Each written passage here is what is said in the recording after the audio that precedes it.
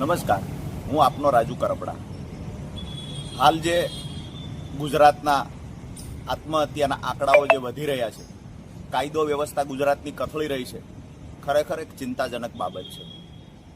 સરદાર પટેલ અને મહાત્મા ગાંધીજીના ગુજરાતમાં ક્યારેય આ ઘટનાઓ સ્વીકાર્ય નથી.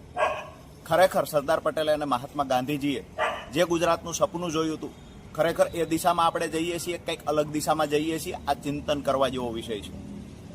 જ્યારે આંકડાઓ તપાસવામાં આવ્યા તો ખબર પડી છેલ્લા 3 વર્ષમાં 25,000 કરતાં વધારે લોકોએ, ગુજરાતીઓએ આત્મહત્યા કરી છે. ક્યાંક ને ક્યાંક 2 વર્ષની અંદર 42 પરિવારોએ સામૂહિક આત્મહત્યા કરી છે. એટલે કે ગુજરાતની અંદર આત્મહત્યાનો આંકડો જે વધતો જાય છે, એ જ પ્રમાણે કાયદો વ્યવસ્થા કથળી ગઈ છે, હત્યાઓનો આંકડો પણ વધતો જાય છે. તો જવાબદાર કોણ? જે લોકો ચેલેન્જની રાજનીતિઓ કરવા આવ્યા છે, જે લોકો મીડિયા સામે આવીને સરકારની જવાબદારીઓ જે હતી એમાંથી છટકી અને ક્યાંક ને ક્યાંક ગુજરાતને, દેશને વિશ્વગુરુ બનાવવાના જે લોકો સપનાઓ બતાવી રહ્યા છે, એને ટકોર કરીએ છીએ કે આજે ગુજરાત કઈ દિશામાં જાય છે. ખરેખર ચિંતન કરવાનો વિષય છે. તમામ પાર્ટીઓએ સાથે મળીને ચિંતન કરવું જોઈએ અને આત્મહત્યાના આંકડા કેમ કરીને ઓછા કરી શકાય આ માટે વિચારવું જોઈએ.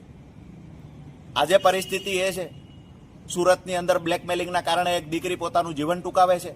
બગોદરામાં વ્યાજખોરોના કારણે, આર્થિક સંકળામણના કારણે એક પરિવારના 5 સભ્યો આત્મહત્યા કરે છે. ભૂતકાળમાં રાજકોટમાં પણ સામૂહિક આત્મહત્યા કલેક્ટર ઓફિસમાં થઈ છે.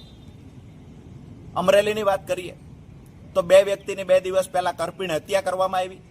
એટલે ક્યાંક ને ક્યાંક કાયદો વ્યવસ્થા તો કથળી ગયા છે.